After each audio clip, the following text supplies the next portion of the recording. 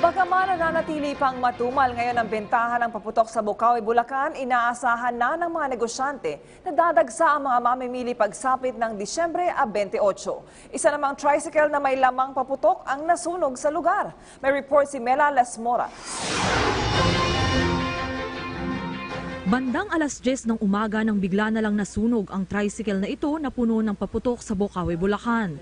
Mabuti na lamang walang nasaktan sa insidente. Ayon sa Bocaue Fire Station, retailer ng mga paputok ang driver at kasalukuyan na nilang iniimbestigahan ang nangyari.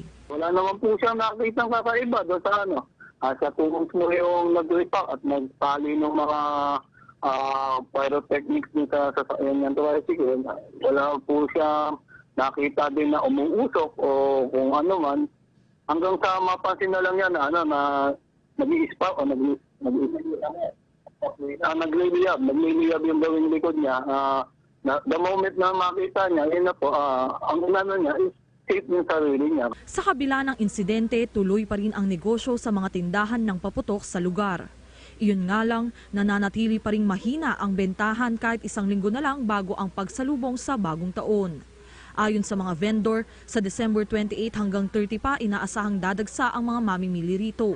Pero kasabay niyan, posible rin silang magtaas ng presyo sa mga susunod na araw. Habang tumatagal po, wala na po kaming nakukunan. So, posible pa pong tumaas ng tumaas. Kailangan lang po namin mag-stock para po masupplyan namin lahat yung needs ng mga tao. Bago pa man ang inaasahang pagsipa ng presyo, nauna nang namili rito ang pamilya ni Mark.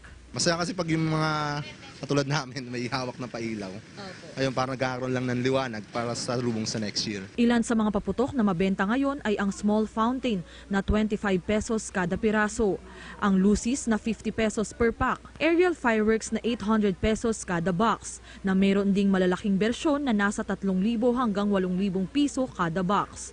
At ang tinatawag nilang 3-layer package na meron ng silver fountain, Roman candle at crying cow na 700 pesos lang.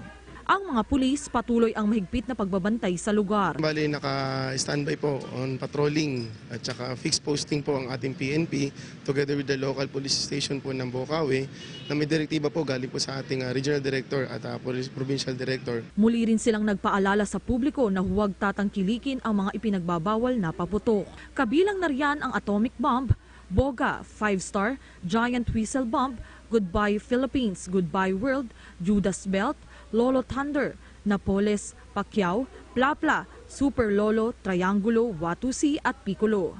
Mela Lesmoras para sa Bayan.